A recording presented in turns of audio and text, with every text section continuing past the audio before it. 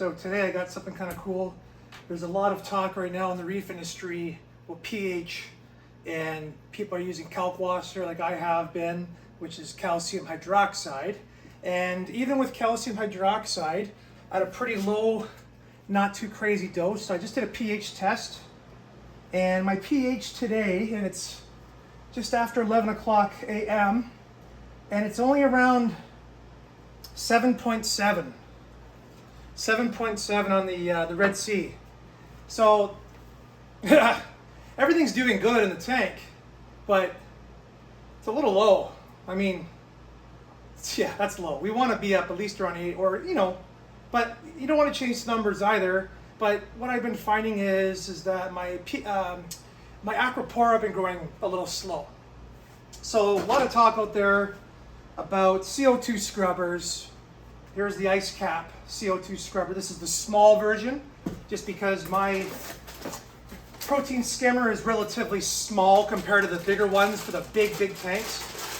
So what you get is color changing media. And let's see if I can get this apart without making a mess. Okay, yes, it's a big box. Pretty cool though. There's the reactor. I got this from reefsupplies.ca, thank you to them. Reefsupplies.ca is like the Canadian version of BRS, kinda. So there's the reactor. And it's got push-pull type of connectors that we use for, say, RODI, which is cool. And what we're gonna do is we're gonna fill up this guy, and I'll show you kind of more how that goes after I get everything taken apart and checked and cleaned. And then we will do a test, and we will see what the pH, how much the pH changes over the next couple of days. And then we'll see how long this media lasts for, and is it worth it to change the media for the price that it is, as opposed to doing kalkwasser. Now the one difference is with kalkwasser is that I dose it in my auto top off, and that ends up putting all kinds of crud in the pump and in the bottom of the reservoir, so it's quite messy. Whereas this does not do any of that, but it's kind of the same thing. So the air from the protein skimmer is actually going to get sucked through the media to the protein skimmer. And what it's going to do is remove some of the CO2 in the air in the house, which then in theory will lower the CO2 content in the tank and raise the pH. So that's what we're going to try. This is the new hubbub out there. Everybody's doing this kind of thing. And let's see how it works out for my 65.4 Waterbox. All right, guys. So what you're going to do is you're going to undo these 3 nylon screws. Now, a lot of you guys have probably watched videos of this already. BRS and some other videos. This is just kind of our way of doing it real time. So it's kind of funny. They have an O-ring here, which the groove isn't wide enough because I work with a lot of hydraulics for a living. Anyway, that doesn't matter because this is low pressure intake, blah, blah, blah. But the screws, in theory, can have air sucked in through them, which is funny. So not everything is perfect in this world, but at least they're doing their best. And that's just me because I'm a mechanic for a living. So little funnel that's nice and clean. Cut the bag open. This is all you're gonna do. Oh, and then the funnel jams. That's hilarious. Okay. Funnel's not working. The funnel. Man, all the other funnels I have, I've used for oil changes in the cars and stuff, and the tractor and everything else. So I didn't want to use an oily funnel.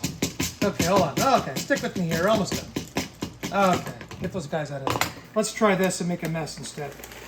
Okay. Good thing I didn't cut the hole too big, right? So you're gonna fill this bad boy up, not all the way. Let's see what we got. A little bit more. And what's cool is we have enough media to do 2 rounds. So that's good. So I think that's what they show in the picture. They show about a little air gap. A little bit more. Okay.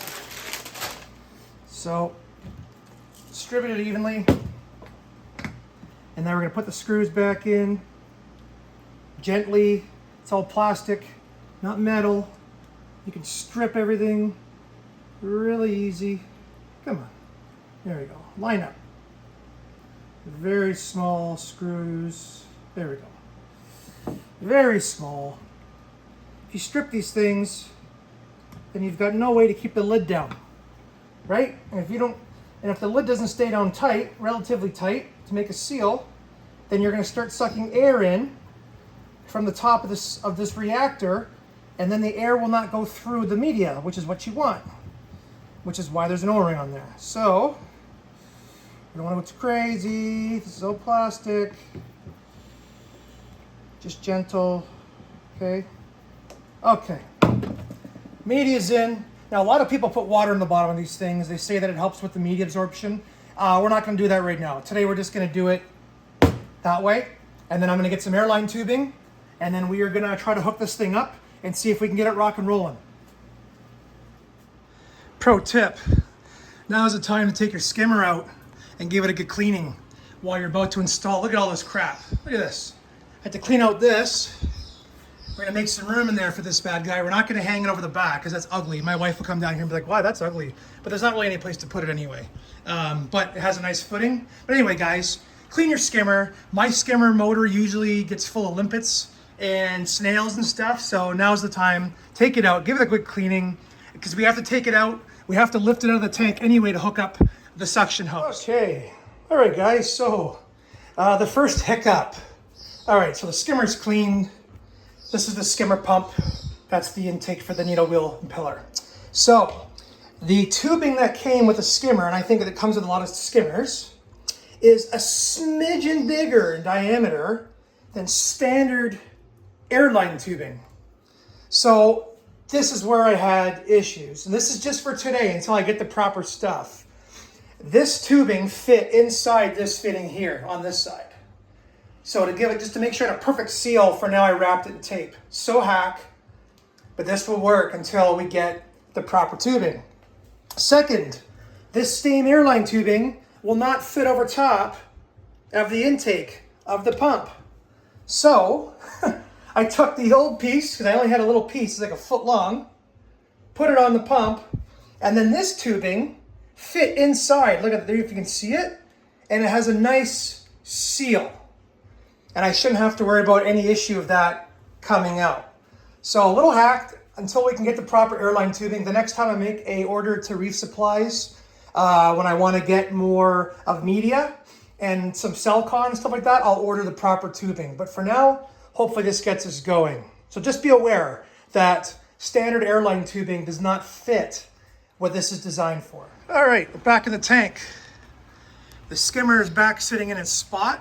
This is actually kind of cool. So this is the original airline here that went to the air muffler. The hose is run the back. So there's the reactor, and that's where I'm going to leave it for now. I don't want to take away all the hose, but I know I can cut a little bit of this hose off. So I'm going to cut the hose off next, join the two together, and we're going to fire this bad boy up. All right, and for the final part of the installation, she is done. So for now, I just use the stock hose to the clip, and then for now, until I finish around with this thing, it's just run back to the bottom to the reactor, which is behind my auto top off. And it literally sucks because there's bubbles, so it's sucking. So yeah, so we're getting air. Air is getting through the media, and because I just cleaned everything, obviously it's gonna almost have to kind of re-break in the skimmer for the next little while again. Every time I clean it, it tends to do that because I've made everything is so spotless inside. There's no grunge for all the foam to stick to. So anyway, I will do an update, and you're gonna see the results in a couple days from now. Okay guys, it's been a little while since the update of the CO2 scrubber. Well, haven't even finished the video yet, but I'm letting it go. I made some changes to it, and I wanted to give it some time to get going. So I don't know if you're gonna be able to see from the camera, my Red Sea test kit. Yeah, okay. So the camera makes it look like it's a weird purple color. What's interesting is that these other colors here look like they're blue, but they're actually purple.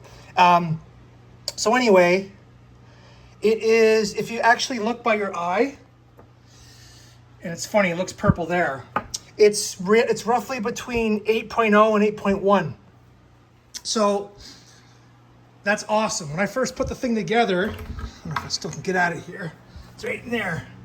I actually had the hose on the wrong port. I had it on the outlet. I had to swap them. That was my big mistake. I don't know, but that's the only thing I've done differently. I gave it a week and the pH has gone up. So the other issue is I've got a bunch of pumps. I have a lot of water movement on this bad boy up top and coming from my Nero 5s. So, I mean, it's not like it's a wave, but it is water movement.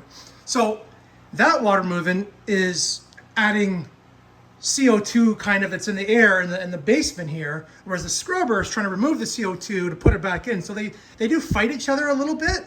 So if you wanted to reduce the amount of surface agitation, that would help as well, and let the scrubber and the skimmer do more of the work. But I'm going to call it a win, because being 8.0, 8.1, for me, I never get there usually. And it's been cold outside. It's 4 degrees Celsius today. So the windows are not open. So we are not doing anything to help. So try out the CO2 scrubbers. I got mine from resupplies.ca here in Canada. I took the bulk resupply of Canada. And it was $100 and it came with an extra pack of media. And yeah, I mean, I would rather do this and change the media once a month for $20 than buying $20, $30 in Kalkwasser and having issues happen to my auto top-off pump. Way cleaner, way easier to work with. So we'll call this one a win. Thanks for watching.